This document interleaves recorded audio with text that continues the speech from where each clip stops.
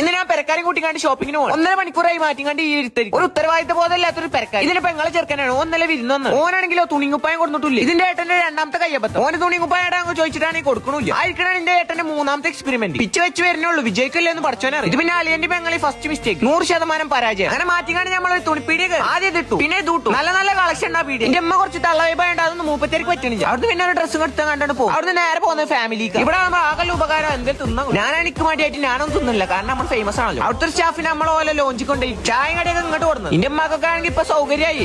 നാളെ ഇങ്ങോട്ട് വന്നിട്ട് ഉണ്ണിപ്പൊക്കെ കജ്ജി പിടിച്ച് കാണാൻ പോണു. ഇന്റെ വില കളയാ 6 മാസമായിട്ട് ഇവിടെ എന്തൊക്കെ വെഡിങ് ഫെസ്റ്റിവൽ ഒക്കെ നടക്കും. ഇന്നെ കണ്ടിട്ട് കല്യാണം കഴിക്കാൻ മുട്ടി നിൽക്കാന്ന് തോന്നിട്ടാന്ന് തോന്നുന്നു. പ്രീമിയം സാരികളൊക്കെ കാണിച്ചു. ഈ ചെറുക്കന്നെ വസളാക്കാൻ വേണ്ടിട്ട് റോട്ടിൽ നിന്നൊക്കെ എന്നാ വാവേ പറഞ്ഞിട്ട് ഉണ്ണിയപ്പം കൊടുത്തു. എനിക്കവിടുന്ന് പോലെ ഒരു ഗിഫ്റ്റ് തന്നു. അത് കഴിഞ്ഞ് കണ്ട് നമ്മൾ നേരെ വന്ന് TNT. ഇതിന് പേരൊന്നും ഒരു പുറത്തോല്ല. പിന്നെ കോക്ടൈൽസും ജ്യൂസൊക്കെ കുടിച്ചു. ഇതൊക്കെ എങ്ങനെ വീഡിയോ എടുക്കാൻ പറ്റിയ എന്നെ ഭാഗ്യം എന്ന് കരുതായി. ഈ ചെറുക്കൻ്റെ വീഡിയോ എടുക്കാൻ പോയിട്ട് കാണാൻ പോലും കിട്ടും. ഇമ്മ ഒരു ഫ്രൂട്ട് സലാഡ്, പിന്നെ ഒരു സമ്മർ കോക്ടൈൽ, പിന്നെ ഇതെന്താണാവോ അതൊന്നും കണ്ട് നമ്മൾ വരും. വണ്ടി ചേഞ്ച് ഇത് കണ്ട് നേരെ വിട്ടു. സൈക്കിൾ എടുക്കും. ഒരു സൈക്കിൾ ഒന്നും എടുത്താൽ പോരാ, 2 എടുക്കണം. ഒന്ന് പെങ്ങളെ പേരിൽ വർക്കി, ഒന്ന് നമ്മളെ പേരിൽ വർക്കി, ബാക്കി നാളെ.